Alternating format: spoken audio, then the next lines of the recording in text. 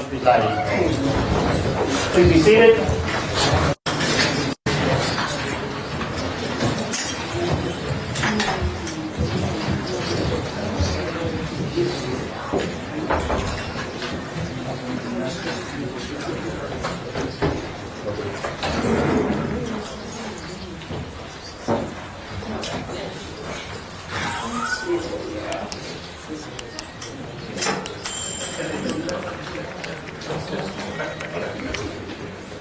Mr. Brown, can you approach? All right. Now where are you here? I'm here for Mr. Bunker. That would be page 22. Let's go to page 22. C, 390495, State of Nevada versus Jackson Bunker. Make the record reflect that Mr. Bunker is present in custody. Mr. Pinnell is here on his behalf. Mr. Pesci is here on behalf of the state.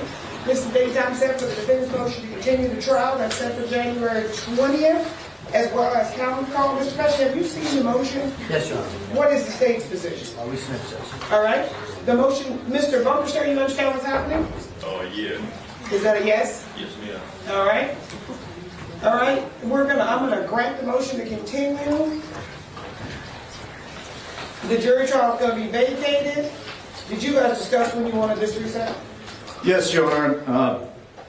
My client has consented to continuing it. He has some reservations about how long it might take, but I think based on Mr. Pesci's schedule and my own, September looks best. Okay. Ms. Pesci, anything else you want to add? Yes, there was some conversations about June. Unfortunately, I have three, not unfortunately, but I have three set in front of you in June, so I don't think I could pull that off. Oh, I guess I'm not going on vacation in June, Mr. Pesci. I didn't set those two. All right, let's go ahead and let's set the jury trial for September 14th. Your calendar call is going to be September 3rd at 9 a.m. Your pre-trial conference is going to be August 27th at 9 a.m. And your status check trial readiness will be April 9th at 9 a.m. Thank you, Judge. Thank you, Your Honor. Guys. Is that all you have, Mr. Flynn? That's right, yes. Okay. Mr. Valente, what are you here on? I'm on page 14, Vasquez Machado. Okay. Let's go to page 14, C, 389906, State of Nevada versus Julio Vasquez. May the record reflect that Mr. Vasquez is present in custody. Mr. Valente is here on his behalf. Ms. Mercer is here on behalf of the state. This is the daytime set for status check trial readiness. Mr. Valente, how are you doing for June 8th? Well, I mean, I still don't have the officer's report as well as the coroner's report, which was the basis for the continuance the last time.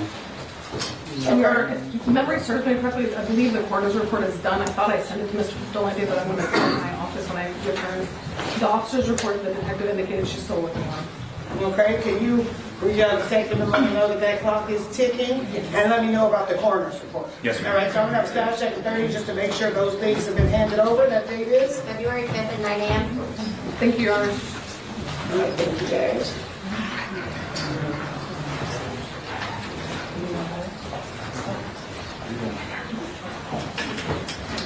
All right. Mr. Martinez, what are you here on? Your Honor, I'm here on page 6. I don't know if we have all the attorneys for the co-defendant. I don't think we do. As soon as we do, I'll... We have Mr. Sheets. Mr. Sheets, I thought I saw Mr. Flayhide. It's right back here, Your Honor. Okay, are you ready? And who else do we need? Maybe yes. I know the DA is here. Well, Mr. Martinez is here. Mr. Sheets, Mr. Flayhide. There was somebody else that was there. Mr. Adris. We need Paul Adris, so as soon as he gets here, I'll call you guys. Great, thank you, Judge. All right, let's go to page 1. C, 395678, State of Nevada versus Darnell Davis. May the record, Ms. Shamley, may the record reflect Mr. Davis is present in custody. Ms. Shamley is here on his behalf. Anybody from the state of Nevada? Mr. DeJoffrey is here on behalf of the state. This is the daytime set for the defendant's motion to dismiss counsel. Mr. Davis, is it your desire to continue forward with that motion? Yes, please. All right, I'm going to set this down for a Young hearing. Monday morning, January 12th at 8:30. Okay? I apologize, Judge. What is the defendant's name? Darnell Davis. It's Mr. Henry's case. Cameron? Of course. I saw him early.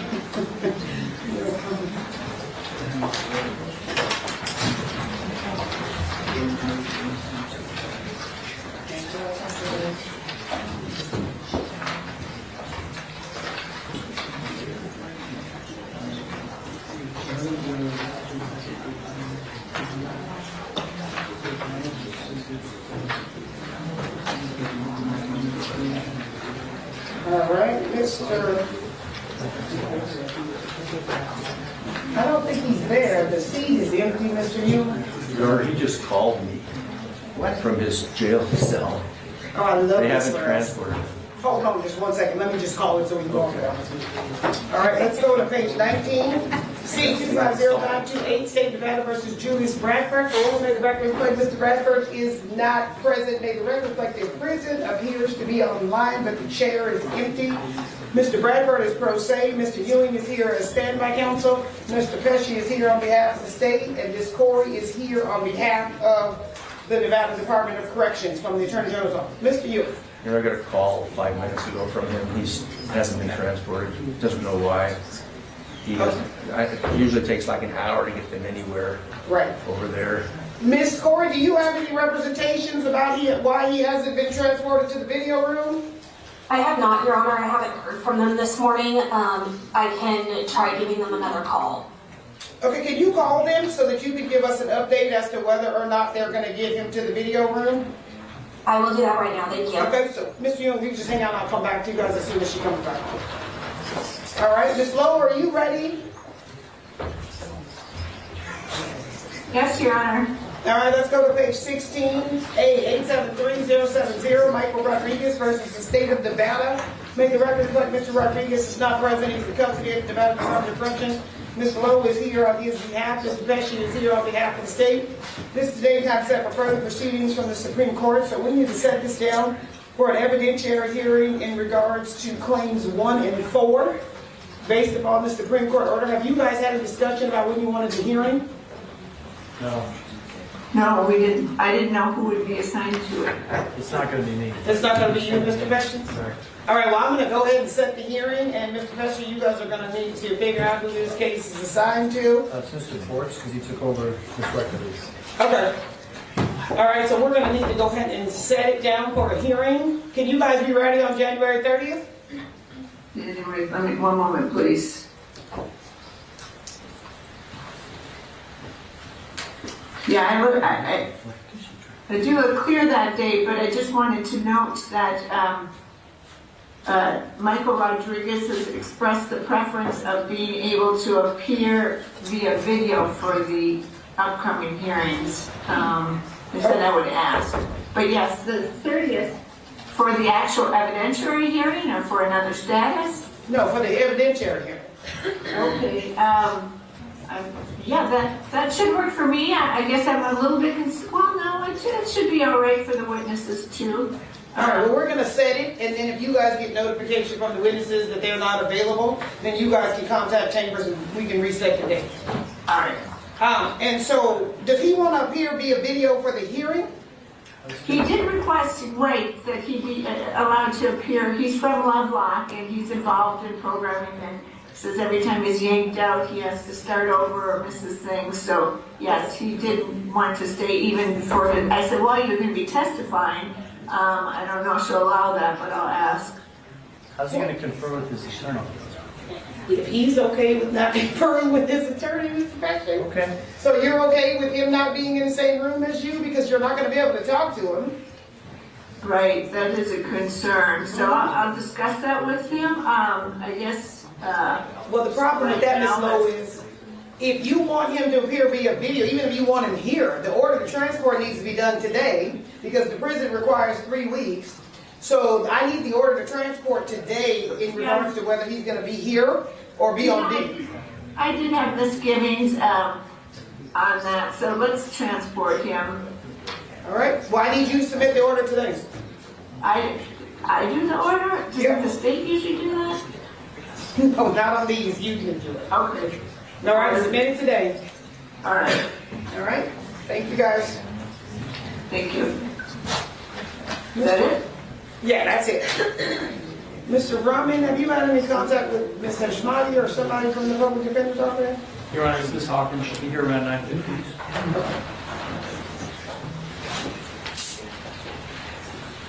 Mr. Gaskin, are you ready? Sure. Mr. Sanchez, Ricky Sanchez. Okay. Let's go to page 8. Oh, that's the sentencing, right? Yeah. Yeah, I'm not sure of that. Okay, that's fine. All right. Who's here on Watson. Are you ready? Yes. All right, let's go to page 18, C 395960, State of Nevada versus Lewis Watson. May the record reflect Mr. Watson is present in custody. Ms. Oliver is here on his behalf. Mr. Pesci is here on behalf of the state. This is the day time set for a status check trial readiness. Ms. Oliver, are you on track for February 9th? Your Honor, sure. Mr. Pesci is probably one of the best at getting discovery, so I believe fully that Mrs. Jackman, did you hear that, what she said? He gets it very, very early, and it's very thorough. I forgot to check before I came. Did we have the officer's report yet, or no? I don't believe so. So there are still things, obviously, that are outstanding just because of the nature of the case. Right. We're continuing to try to investigate some things that Mr. Watson has pointed out to us. So I can do what I can do. Right. So far, so good. But Mr. Watson wants his own trial. I get it, all right? So right now, I'm gonna leave the dates as they are, and I'll see you guys back here for your pre-trial on the 22nd. Thank you. Okay?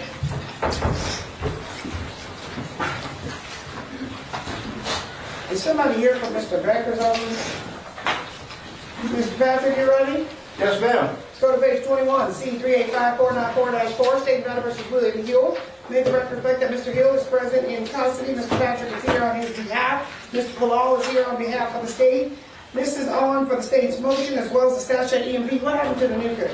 So, Judge, the new case was dismissed as expected on Tuesday. I'm sure the court read the police report. At the Mr. end? Palal read the police report.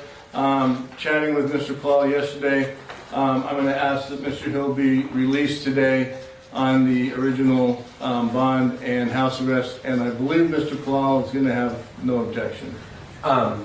I would say that if you read the police report, you would also realize that the defendant admitted to having an extra phone that he was hiding from the house arrest officer, which I think is probably less than the behavior one would expect for somebody who got a $100,000 bail on a murder that's on video. So that I would suggest that maybe a little less glibness would be appropriate given the circumstances here. That being said, I will submit to the court regarding the defendant's custodial status. Okay.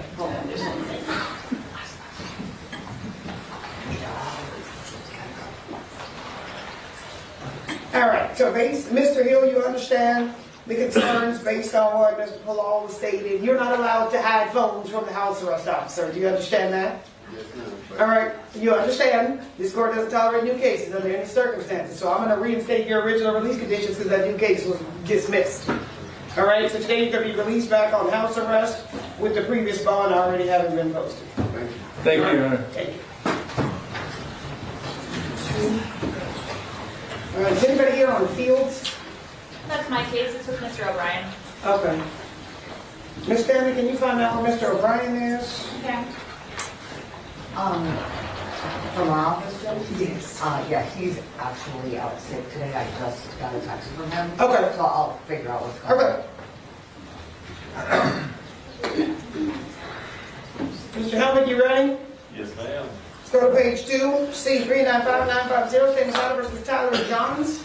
May the record reflect that Mr. Johns is present in custody. Mr. Helmick is here on his behalf. Mr. DeJago is here on behalf of the state. This is the day and time set for continued arraignment. State, I do not see a notice filed as of this morning. Is this the We are one not that- taking that. Okay, in light of that, Mr. Helmick, are you prepared to go forward with the arraignment? Yeah. All right, Mr. Johns, sir, what is your full name? Tyler Matthew Johns, How old are you? 22 years old. How far did you go in school? High school now. Do you read, write, and understand the English language? Yes, ma'am. Sir, are you currently under the influence of any drugs, medication, or alcoholic beverages at this time? No, Your Honor. Do you understand the proceedings that are happening here today? Yes, Your Honor. Sir, are you familiar with the 3 charges that you're facing? Yes, Your Honor. Do you understand those charges? Yes, Your Honor. As to those charges, how do you plead, guilty or not guilty? Not guilty, Your Honor. Sir, you have the right to have a jury trial set within 60 days. Would you like to invoke or waive that right? I'd like to waive that right, Your Honor. Okay? This case is going to be assigned to Department 6. This case is going to have a status check trial setting in Department 6. That date is? January 13th at 9:30. Okay, thank you, Your Honor. All right, thank you guys. Thank you, Your Honor. So we're still waiting for Mr. Ages. Ken Cozell is going to be here for him, Your Honor. Oh, yes. Can one of you reach out to him and find out where he is?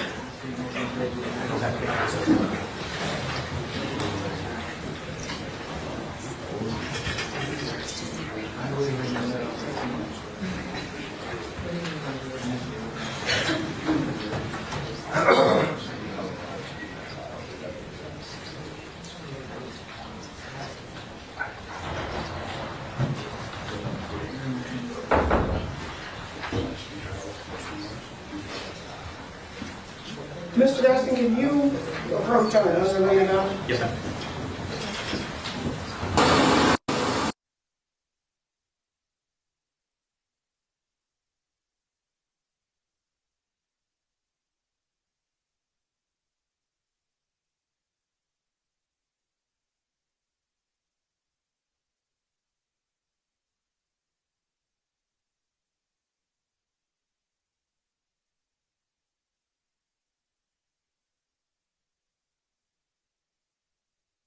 Date from the prison. Yes, Your Honor, thank you. I just got off the phone with the institution. Mr. Bradford refused his transport up to operations to attend this court hearing today. They are getting him to sign a document stating as such, and if he refuses, I will have a declaration from the search and escort team about his refusal. Okay, I get that. So we're back on the record at C250928. So based upon those representations, what I'm going to do is I'm going to set this down in a status check in 60 days. If you could submit those documents to the court, and if they have documentation that he refused transport to the hearing today, the court is going to rule on the pleadings and just issue a written decision. Yes, Your Honor, I will get that submitted as soon as possible. Okay. March 12th at 9 a.m. Thanks, Judge. Thank you. Thank you.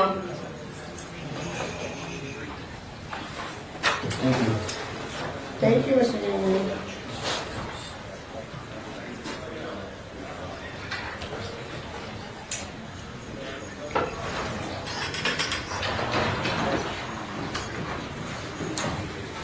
Your Honor?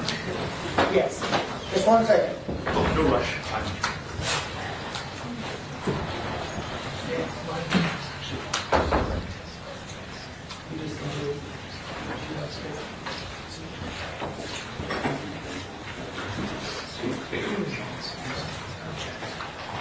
All right. Let's go on pages 3, 4, 5, and 6. C396273-1, State Matter versus Sharnae Hopkins. May the record reflect that Ms. Hopkins is present in custody. Mr. Fayad is here on her behalf. State Matter versus Devyn Jackson.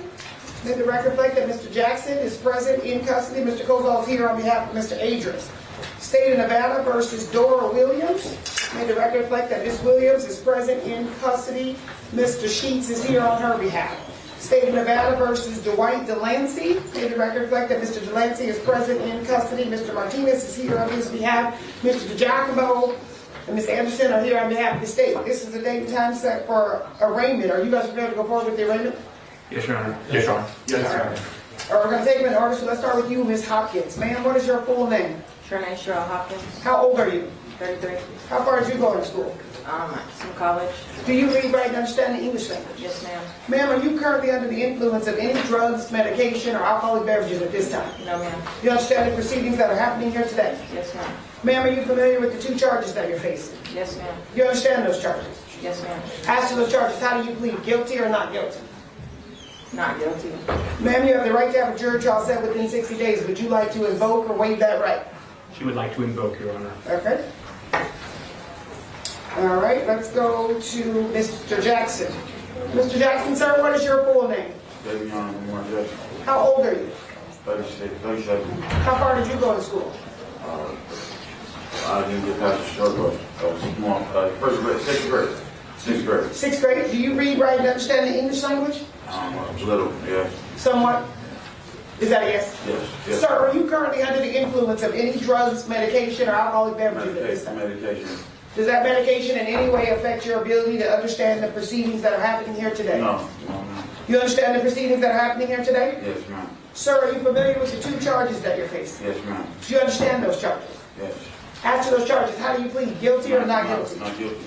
Sir, you have the right to have a jury trial set within 60 days. Would you like to invoke or waive that right? I'm going to invoke. Okay. All right, let's go to Ms. Williams. Ms. Williams, ma'am?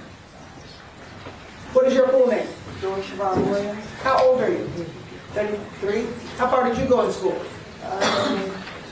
Junior high school. Okay, do you read, write, and understand the English language? Yes. Ma'am, are you currently under the influence of any drugs, medication, or alcoholic beverages at this time? No, ma'am. Do you understand the proceedings that are happening here today? Yes, ma'am. Ma'am, are you familiar with the 2 charges that you're facing? Yes. Do you understand those charges? Yes. As to those charges, how do you plead, guilty or not guilty? Not guilty. Ma'am, you have the right to have a jury trial set within 60 days. Would you like to invoke or waive that right? Invoke. Okay?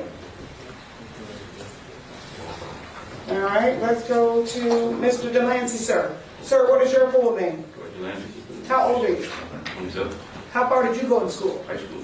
Do you read, write, and understand the English language? Yes, ma'am. Sir, are you currently under the influence of any drugs, medication, or alcoholic beverages at this time? No, ma'am. Do you understand the proceedings that are happening here today? Yes, ma'am. Sir, are you familiar with the 2 charges that you're facing? Yes, ma'am. Do you understand those charges? I should.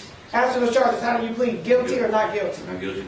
Sir, you have the right to have a jury trial set within 60 days. Would you like to invoke or waive that right? Wait. Okay. This case is going to be assigned to Department 12. This case is going to have a status check trial setting in Department 12. That date is? It's going to be January 15th at 8:30. All right? Judge, can I have you call Mr. Thank you. Yes. Co-defendant Ms. Lopez. All right, let's go to page 12 and 13. C, 388436, State of Nevada versus Daniel Roush. State of Nevada versus Gina Lopez. May the record reflect that Mr. Roush is present in custody. Mr. Horvath's here on his behalf. May the record reflect Ms. Lopez is present in custody. Ms. McNeil is not present. Mr. DeGiacomo is here on behalf of the state. Mr. DeGiacomo? Yes, Ms. McNeil reached out to me. She's in Elko. She asked me to make representations as she anticipates being ready Okay. For the current trial date and would ask that her presence be waived for this particular proceeding. Okay. Mr. Horvath, anything, are you going on track as well? Yes, Your Honor. Okay. Staying on track? Yes, Judge. Okay. Status check at 90. The April 9th at 9 a.m. All right. Thank you, guys.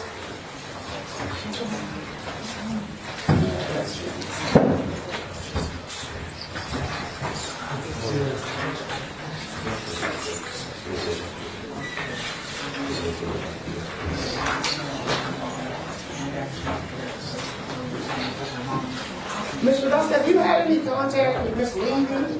No, Your Honor. Mr. Roush, I need you to use your inside voice.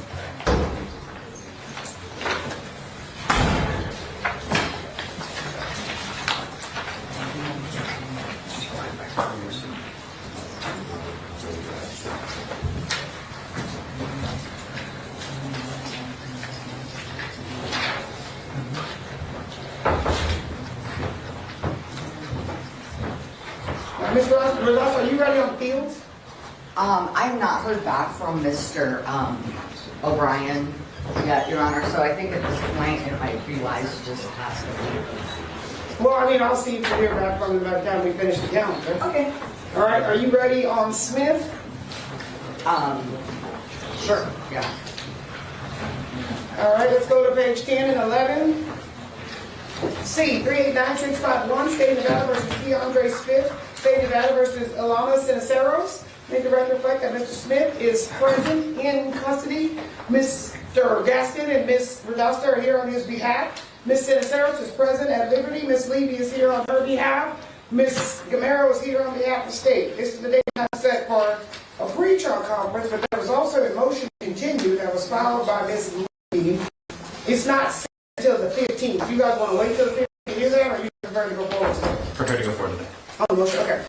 What is your position regarding the motion in regards to Mr. Smith? We oppose. Okay. The trial date is set. The case is almost a year old. I read the co-defendant's motion. It's a generic motion to continue. It says they need time for investigation, preparation, and to review discovery. Their client's out of custody, confessed to the murder, said that they did it alone. The motion to continue is devoid of any specifics. It doesn't say what investigation they need to do. It doesn't have any mention of what discovery they just received, or when they received it, or why they don't have time to review it by trial. It doesn't talk about what preparations need to do. Their case seems relatively simple. It doesn't explain any due diligence that was done in the last 8 months as to why they couldn't have been ready for this trial date. It just mentions that their client's out of custody, so of course has no problem continuing their trial. Well, my client is not out of custody. My client's been in custody this entire time and wants his trial date. There's very little evidence tying him to the homicide. He wants to go to trial. So I'm objecting to their motion to continue. If the court is going to grant their continuance, I would ask for a quick reset. And also, there's a Nevada Court of Appeals case, I think it's called Chittenden, which talked about how courts are to consider a defendant's custody status when granting or not granting a motion to continue. My client's been in custody this whole time. I think when he was originally charged, he had a parole hold, so his bail was never actually addressed. So he's never had a bail set. So if you are going to grant the continuance, we definitely want to address the client's custody status, my client's custody status, so that he has a chance to get out of custody as well. It just seems, off the top of my head, a little silly that the co-defendant who confessed to the murder and said that they did it alone has been out of custody this whole time, and my client, who has very little evidence tying to him, has been in jail this entire time. So we either want to go to trial on the date that is currently set and contest the charges, or if it's getting continued, we want his custody status to be set in something that actually gives him a chance to get out of custody. Well, I mean, Mr. Gusson, I understand all the points you made, but I want you to know I'm not sua sponte considering anybody's custody, so that issue has never been raised with this court, so it's never been considered in regards to your clients. I understand. All right, Ms. Levy, anything you want to add to this? Well, Your Honor, and I haven't been on this case for 8 months. Yeah, so I was appointed right before the last trial setting. I was continued till this setting, which I said I don't believe that's going to be full time. It was like 3 months or so for me to get ready over the holidays. There's absolutely no way I would be ready, and I told the court when it was set that I wouldn't be ready for this trial setting. I didn't receive discovery until after that, which is a large amount of discovery, multiple cell phone dumps, and I haven't had a chance to review everything. So there's absolutely no way I would prepare to go forward. Additionally, as this court is aware, I know the co-defendant's counsel is asking for a short set. This court knows that I start a 3-month federal trial on March 23rd in front of Judge Navarro. On what day? March 23rd. Okay. So I will not be ready to go before then. I'll be preparing for that. That's a 3-month, 11 homicide case in federal court. So I'd ask the court to continue. I mean, I'm obviously not going to be ready. So. Yeah. Okay. Ms. Camaro, what's the state's position on the motion? I have no opposition, and just in Ms. Levy's defense, there is quite a bit of discovery in this case, so I'm not surprised by her motion at all. Okay. Well, I mean, Ms. Levy did indicate, and Ms. Jackson, I know that you were not on this case at that time either, so you weren't here. Ms. Levy did indicate to us when this was set that she could not be ready to go. This date was likely not viable, but she would be working to get ready, as well as if the discovery she doesn't have, she doesn't know what it is that she doesn't have, as well as you guys have indicated in the motions and everything you filed, there were still things coming in and there were things that were being filed. I know I still owe you a decision on the motion to suppress because these things happened in the last batch of discovery and you filed the motion as quick as you could. So I understand where everyone's coming from. I'm going to grant the motion to continue over your objection. The January 15th date for the motion to continue and the calendar call will be vacated. The jury trial will be vacated, but I do understand where the defense Mr. Smith is coming from, and based on the several motions that Mr. Dosta has filed in this case, I'm aware of the facts of this case, so I believe that I understand where you're coming from in regards to wanting to consider your client's custody status. However, pursuant to the court rules, you have to do that in writing. And as I stated, this court has never been asked to consider your client's custody status, so I never considered it. You guys can file a motion, but what I am going to do is set this on for a status check because what we do with the trial date will determine what I do with the motion on your client's custody status. So do you think you can get it filed in a week? We can file it by the end of the day, probably. Okay, so you want to set it next, or do you guys want to, I can set it next Wednesday for you guys at 8:30, or I can set it, but it has to be at 8:30 because I have a civil calendar now, or I can set it next Thursday at 9. Either day, whatever works for the court. Okay, let's set it next Thursday at 9 to make sure everybody's here. January 15th at 9, and it'll be set a status check trial setting in regards to the and the status check trial and bail motion in regards to Mr. Smith. The only to just bring up, so we've been requesting, so there's a lot of cell phone stuff and location data and stuff like that. We've retained an expert to kind of independently review and verify sort of the things at the state. In doing this site mapping, indicated that the site list, the primer, you can only get that really from the Mr. a couple different times. I think the DA, no problem.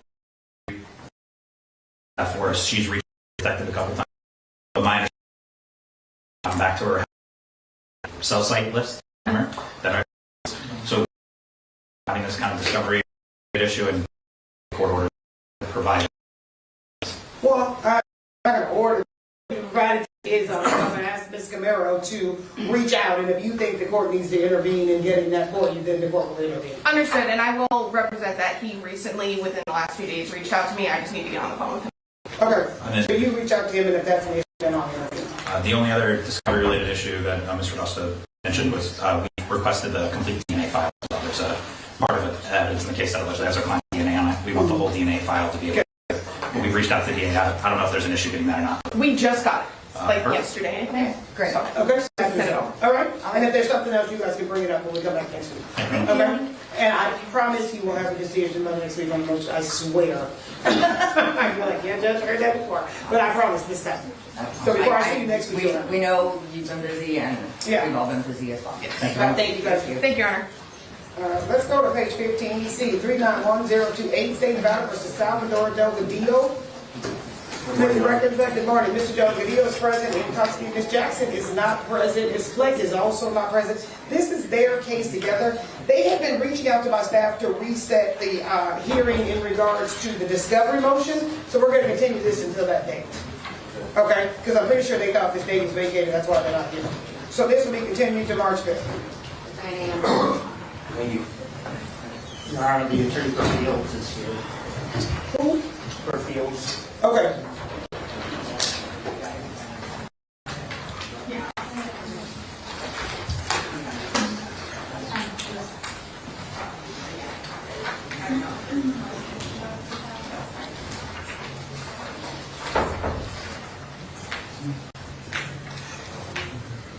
Mr. Millar, have you had any contact with Mr. Becker's office on Rice? I talked to Mr. Solinger, and he said he was expecting Mr. Goodwin to cover for him. Okay, well, she's not in custody, so we can come back to her. Let's go to page 23. C 396529, State of Nevada versus Levi Fields. May the record reflect that Mr. Fields is present in custody. Counsel, can we have your appearance for the record? Of course, Your Honor. Shaylin Deere on behalf of Mr. Fields, bar number 16521. All right, and Ms. Wilming is here on behalf of the state. This is the date time set for initial arraignment. Counsel, are you prepared to go forward with the arraignment? Your Honor, we are. All right, Mr. Fields, sir, what is your full name? Levi Christopher Fields, How old are you? 29, How far did you go to school? graduated high school. Do you read, write, and understand the English language? Yes. Sir, are you currently under the influence of any drugs, medication, or alcoholic beverages at this time? No. Do you understand the proceedings that are happening here today? Yes. Sir, are you familiar with the 3 charges that you're facing? Yes. Do you understand those charges? Yes. After those charges, how do you plead? Guilty or not guilty? Not guilty. Sir, you have the right to have a jury trial set within 60 days. Would you like to invoke or waive that right? Invoke. Okay? This case is going to be assigned to Department 2. This case is going to have a status check trial setting in Department 2. That date is? January 13th at 9 a.m. All right. Thank you guys.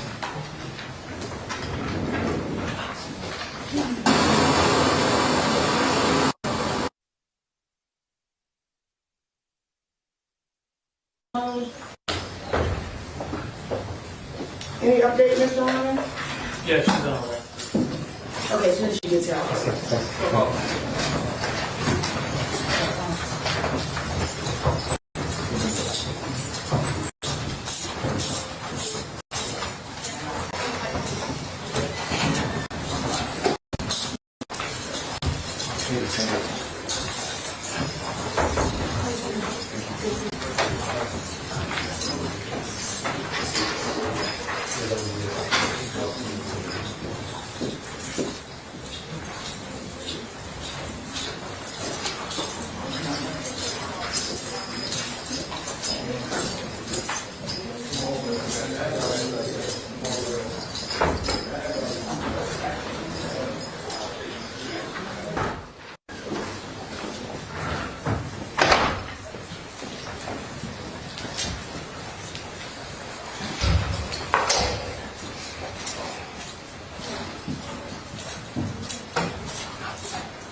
All right.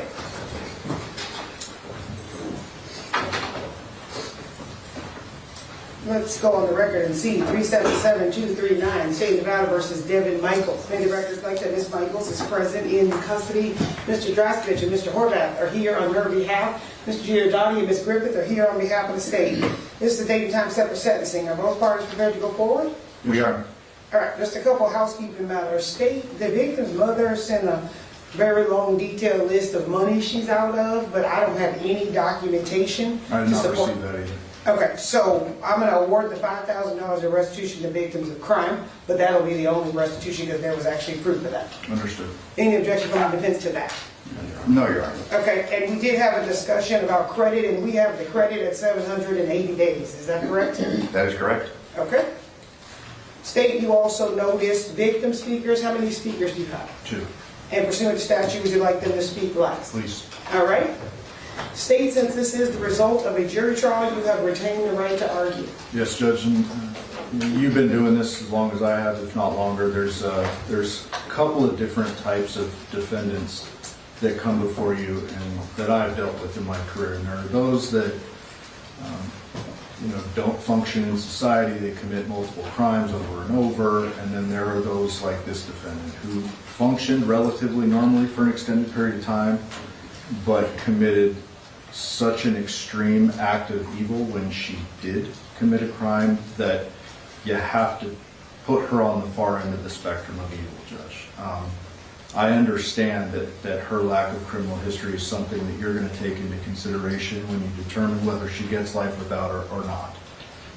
I really just have a question for the court, and I'm not going to try to provide an answer. And the question is this, is a person who is capable of such extreme evil, is that person someone that we want to walk our streets, whether it's 20 years from now, 28 years from now, or not?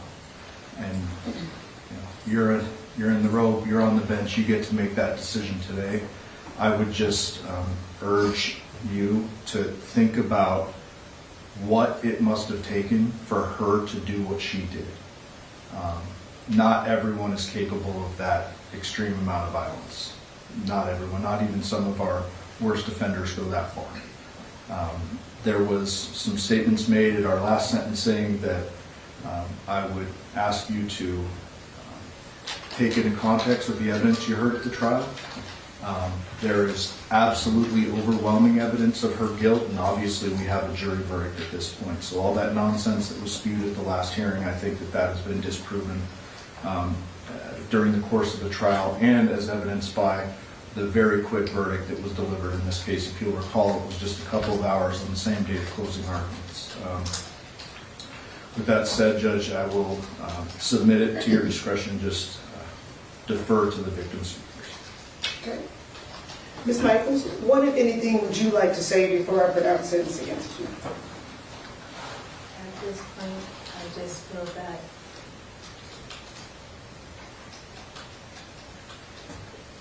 anything I say it won't.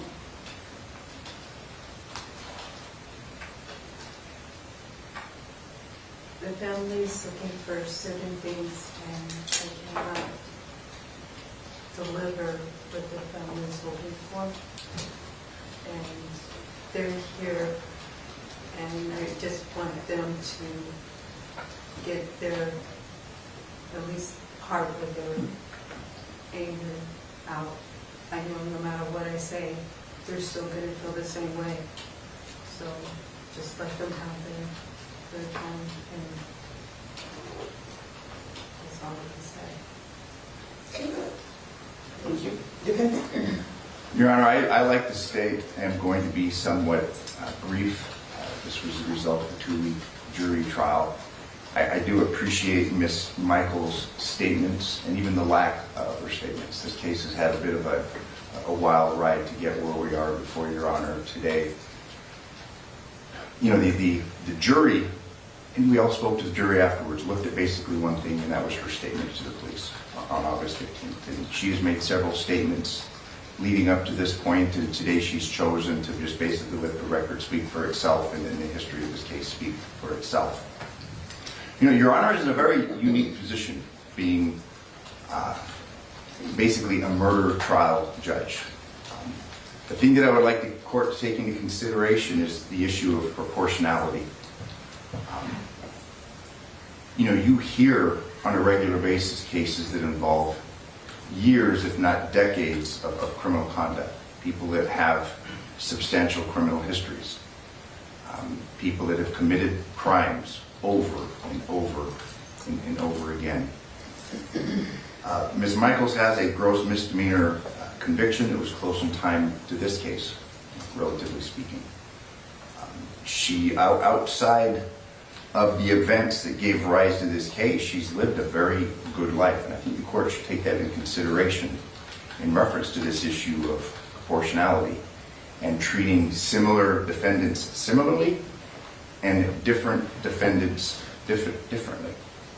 I mean, when we look at the object or the goals behind sentencing, we have deterrence, we have incapacitation, we have rehabilitation, and then we get to this issue of retribution. And the flip side of retribution is redemption. You have a woman that stands before you today who's 47 years old. She turns 48 in April. You've got a woman that was a devoted mother. She had a career. Obviously, what occurred is not going to bring Mr. Willette back. Miss Michaels' case, if we take the version of events that the state presented, we have here, you talk about stabbings and crimes of passion and things like that. In this case, we don't have someone that's been charged with lying in wait, planning. We don't have a case where we have a life insurance policy that was viewed. We don't have this, and when we talk about evil, I mean, that's kind of a slippery word sometimes. But at worst, what we have here is a conviction based on impulse and then perhaps bad actions that occurred following that. I mean, Your Honor spoke with the jury, we heard the testimony. We had this, and she was charged murder with use. And if we take the evidence in the light most favorable to the state, we have something where there have been unwanted sexual advances. There was a candlestick or perhaps a poker that was then used to strike Mr. Willette. And I'm using his name. I mean, the decedent, I don't want to minimize, he was a person, obviously, as is Miss Michaels. We have an appeal that's going to follow, but nonetheless, if we take the version of events that the state would have the court take into consideration, we have an act that was based on impulsiveness and then bad, impulsive decisions that very well may have followed. Your Honor, and one case comes to mind, I believe it's the Randolph Thomas case. We have a case where there's multiple former spouses, multiple acts. In this case, we have a single act. We don't have this course of conduct that encompassed days, years, or in that case, decades. We have a single act that's now before Your Honor. The very minimum sentence per statute that Ms. Michaels could receive is a 21-year sentence. We're talking 60 years old. And Your Honor knows the studies. I mean, like I said, you're in a very unique position based upon your experience and the depth, not only off the bench prior to your having assumed the bench, but as a murder trial judge. This is a case where the court should look at redemption. She can contribute to the community. She's had no issues whatsoever while incarcerated. In the beginning of this hearing, Your Honor addressed the credit for time served she's been in for some time. I would urge the court to view, to look at the facts and circumstances and the very difficult decision Your Honor has to make with the idea of redemption in mind. I would urge the court to give her, as far as the murder charge, the chance at redemption. The chance to be perhaps one day reincorporated into society. I would urge the court to give her a sentence of 20 with the possibility of parole, and then the minimum sentence for the with use in enhancement. I would submit that this idea of proportionality and true equity and fairness would be served by such a sentence, and that's what we request, and on that I submit it, Your Honor. Okay, thank you. State your first speaker.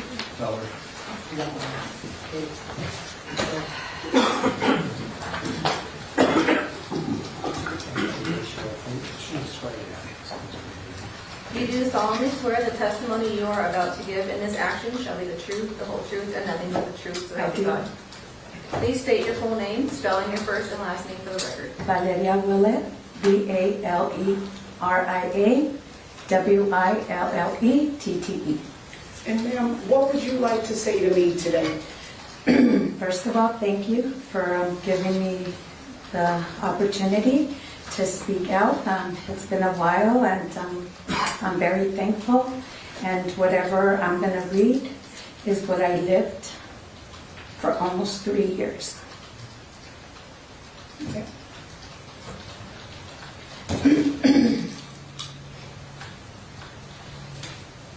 Excuse me.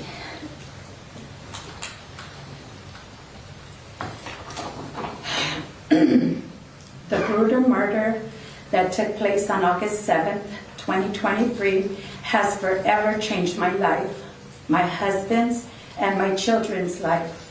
I am still in shock and traumatized because of this unbelievable act from someone who is selfish and heartless. About a week after Jonathan's murder, we came across a huge responsibility of taking in 2 young girls who we didn't know, and due to the circumstances, we couldn't say no when all others say they couldn't. My life has changed since the notification of my stepson's death. With us taking in 2 girls with us taking 2 girls in our home and getting to know them and not knowing of all the trauma they previously had, after the murder, even more trauma was added. It has been a tough 2.5 years for all my family. Grieving has been hard at home, since there were times when I needed to break down and cry, but I couldn't because we had 2 girls who depended on our strength. Along came caseworkers, CASA, Boys Towns, and CAP attorneys who visit our homes several times a month. This doesn't include the process of getting fingerprinted, classes to be able to assist the girls while with us, and therapy for them and myself, husband on a weekly basis. The girls did not have discipline, boundaries, basic cleanliness, social skills, and proper hygiene. The clothing they brought from Child Haven was unfit for anything except playtime. I contacted their stepfather/brother, Devyn, to see if we could pick up more clothing, and those were not much better. We ended up spending a lot so they could look presentable when in school and out in the community with us. We also have to deal with Casey, our daughter, who was in senior year and fell into depression, making it hard for her to be in school and caused a lot of absences. It was a huge change in her life, having to deal with 2 young girls with so much trauma, and Casey graduated in June of 2024. It has been very hard on us since no other relative has assisted us in caring for the girls, only my immediate family members, which are my adult children. We have now built a relationship with Aunt Kayla, the killer's sister. She stopped by while she was in Las Vegas on business, and we had a great conversation, and she departed as a supportive aunt. Because of this meeting, the girls have changed their minds of what kind of person she is. We will continue to nurture this relationship with Aunt Kayla and the girls. Through Jonathan, we have gained a true friend who has supported us, especially me. We grieve together, and Bernadette has also lost a best friend. We talk, cry, and express our sorrows about how a person was taken away so brutally. We cannot bring Jonathan back. God has gained an angel in heaven. We believe he is watching over us and the girls. I ask today for justice for our family, especially the girls, because we have been sentenced for life with this tragedy. This will follow them for the rest of their life. We've created a time capsule for them in therapy where they can place notes or items that they can open in the future to remember their journey. We will never again hear his voice, his laughter, or see his expression. Jonathan doesn't have a second chance. His life has been taken, never to return to us. The girls have been left without a dad, stepfather-brother who doesn't make contact with them, and a mother who's in jail. After my marriage of 14 years, I have come to know Jonathan. Although we didn't have a close relationship with him, I miss his jokes, laughter, and him being funny. He would come around on holidays and enjoy our time spent with him. Thank you for allowing me to speak about the situation, and I am seeking the hardest penalty in this case. The killer that ended Jonathan's life needs to be put away forever. Thank you. Thank you very much, ma'am, and thank you for being here today.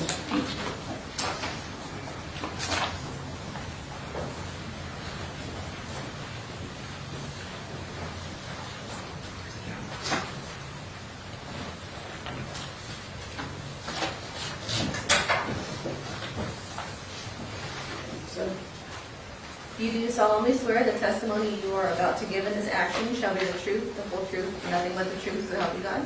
I do. Please state your full name, spelling your first and last name for the record. James Willette, Jameswillette. And sir, what would you like to say to me today? I have a prepared statement Okay. that I would like to have you listen to. Okay, whenever you're ready. May I have a seat? Sure.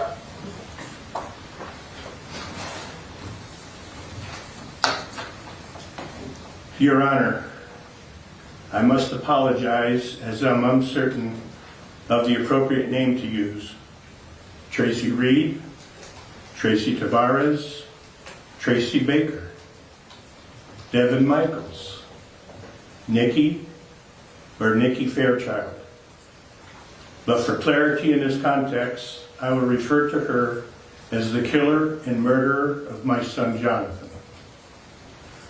This horrendous murder crime has affected her two precious children, myself, my wife and my children in the household, my wife's mother, my wife's brother and sisters and their families, my ex-wife and her boyfriend, my remaining son, my grandson who married her, his mother and family, her parents along with her sister's family, and anyone who knows us or were friends with Jonathan.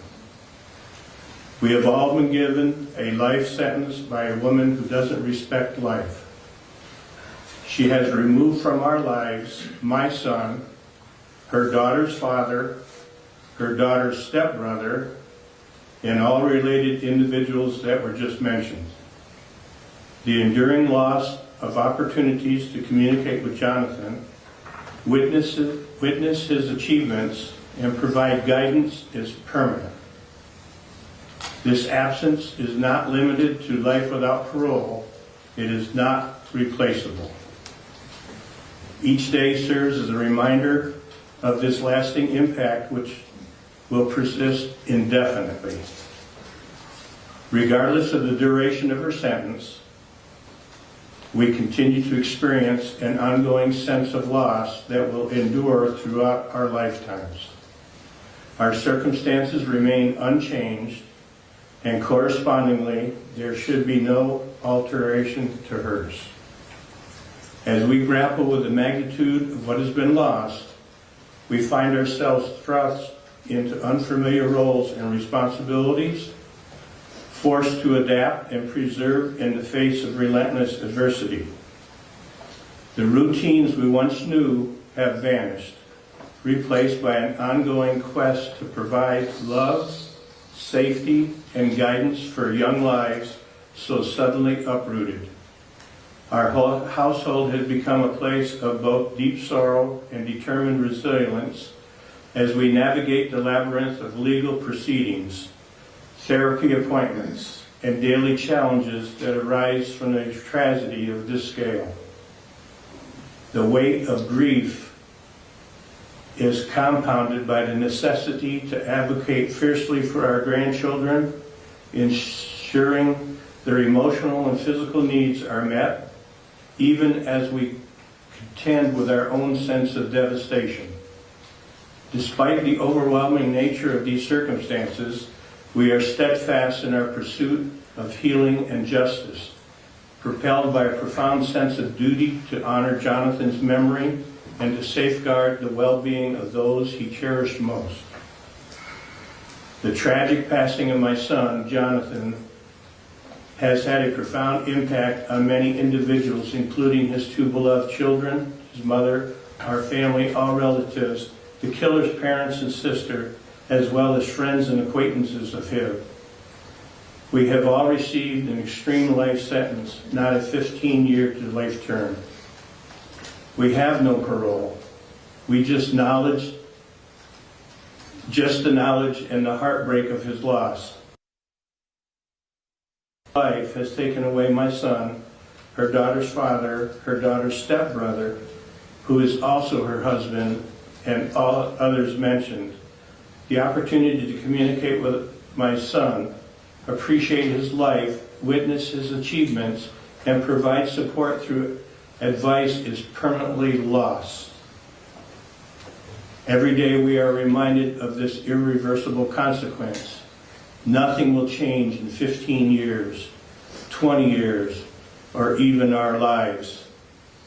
Regardless of any duration served by the killer, Jonathan will not be returned to us.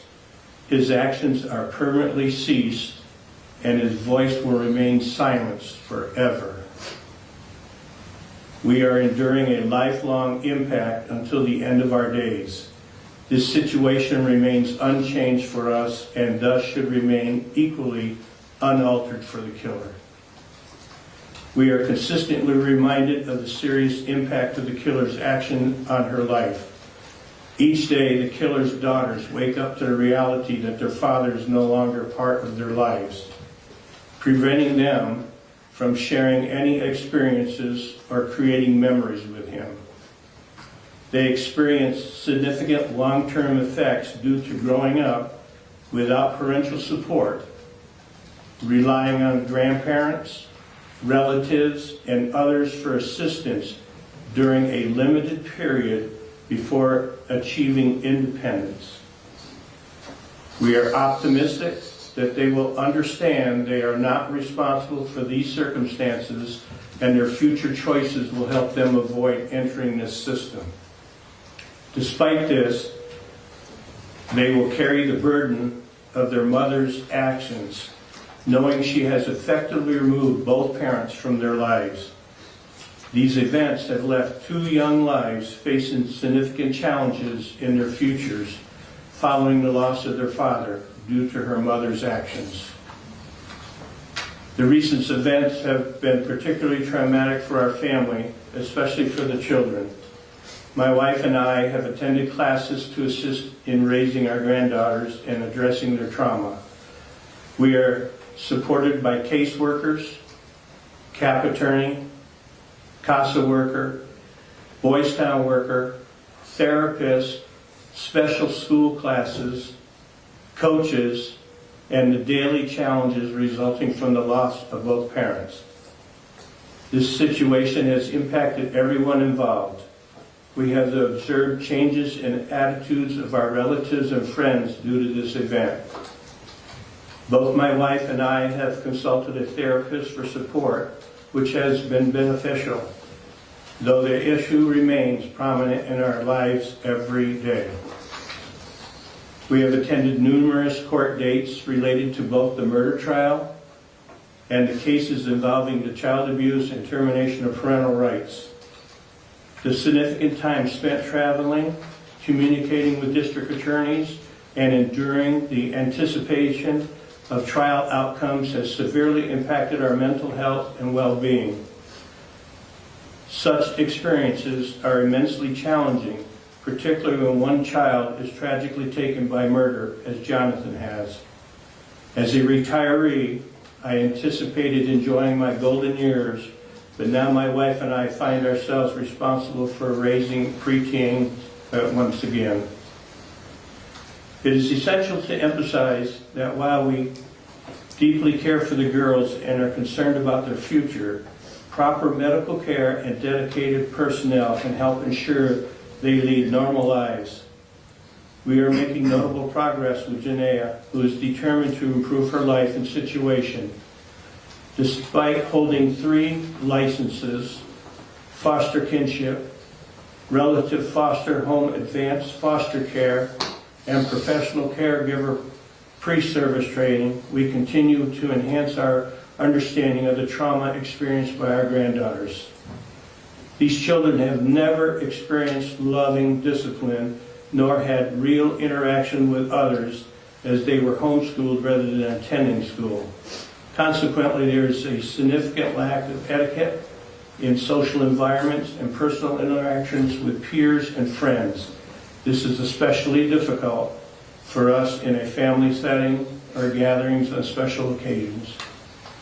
Throughout this difficult and painful experience, our resilience has been tested beyond measure as we navigate the complexities of the judicial system and endeavor to provide a stable environment for our granddaughters amid relentless adversity.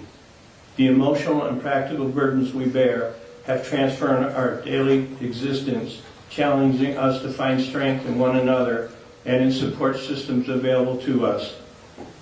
Despite the constant reminders of the loss and the enduring pain etched in every aspect of our lives, we strive to foster hope for the future of our grandchildren, advocating for their safety, well-being, and justice in the wake of such irreparable harm.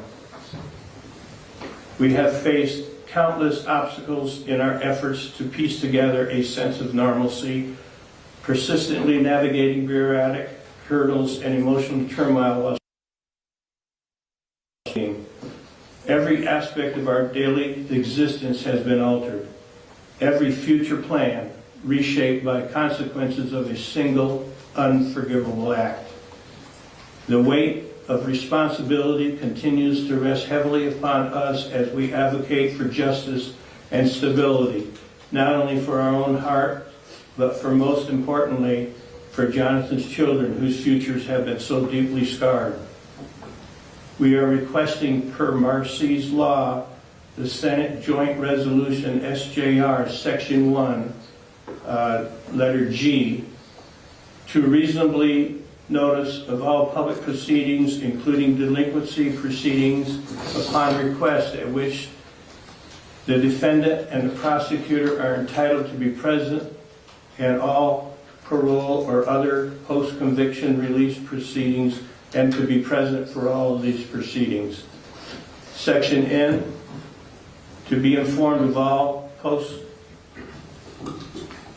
post-conviction proceedings, to participate and provide information to the parole authority, to be considered before the parole of the offender, and to be notified upon request of the parole or other release of the offender. Section P, to have all monetary payments, money, and property collected from any person who has been ordered to make restitution to be first applied to payment to pay the amounts ordered as a restitution of the victim. As we move forward, it remains imperative that the lifelong consequences endured by our family, and especially our grandchildren, who will endure this crime for many years, are gone, are met with unwavering commitment to accountability and truth. The emotional scars, the logistic obstacles, and the persistent sense of emptiness cannot be erased. But through steadfast support and continued vigilance, we hope to honor Jonathan's memory and instill a sense of security and justice for his daughters. We deeply care for our grandchildren and find it challenging to come to terms with the actions taken by their mother, both regarding our lives and more significantly those of her children. The impact of this trauma may have lasting life on them. For instance, there is uncertainty who will accompany them during important events such as walking them down the aisle, at their weddings, graduations, birthdays, etc. There are moments in life when one must pause to reflect on one's circumstances. We examine all the known facts and attempt to understand them. The court hearings related to both the termination of parental rights and the criminal case. This planned and calculated murder, and remind it was planned and calculated, is not justified in any way or manner, and the killer needs to be incarcerated for the rest of her life.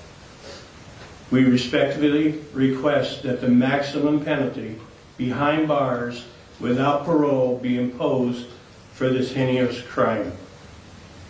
We consider the act of killing and decapitating the father of the killer's children and husband to be egregious and extremely severe, and should be met with extremely severe punishment. We trust in the wisdom of the court to recognize the full impact of these actions on all parties involved, and to deliver a resolution that both acknowledges the depth of our loss and upholds the principles of justice upon which our faith now rests. Thank you for providing me the opportunity to share my perspective on this criminal murder. I now defer to your judgment on this murder case. Thank you, sir, and thank you very much for being here today.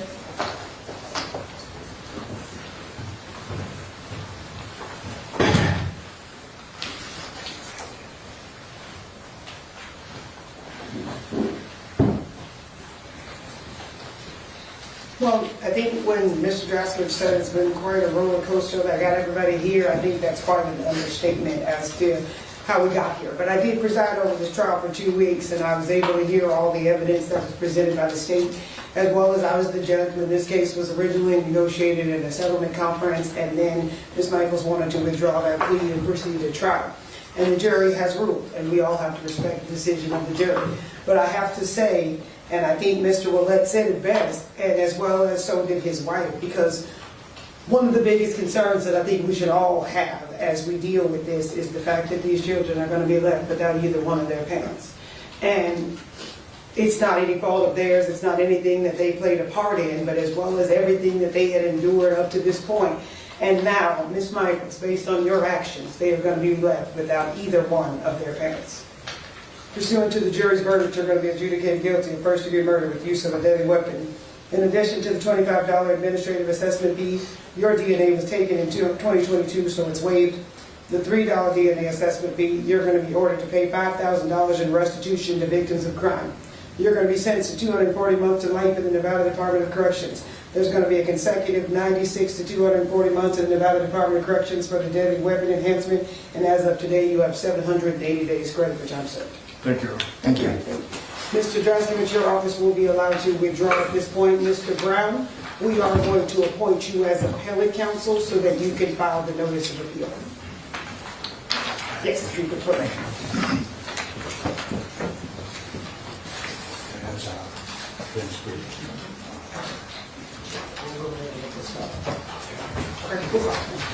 Thank you, guys.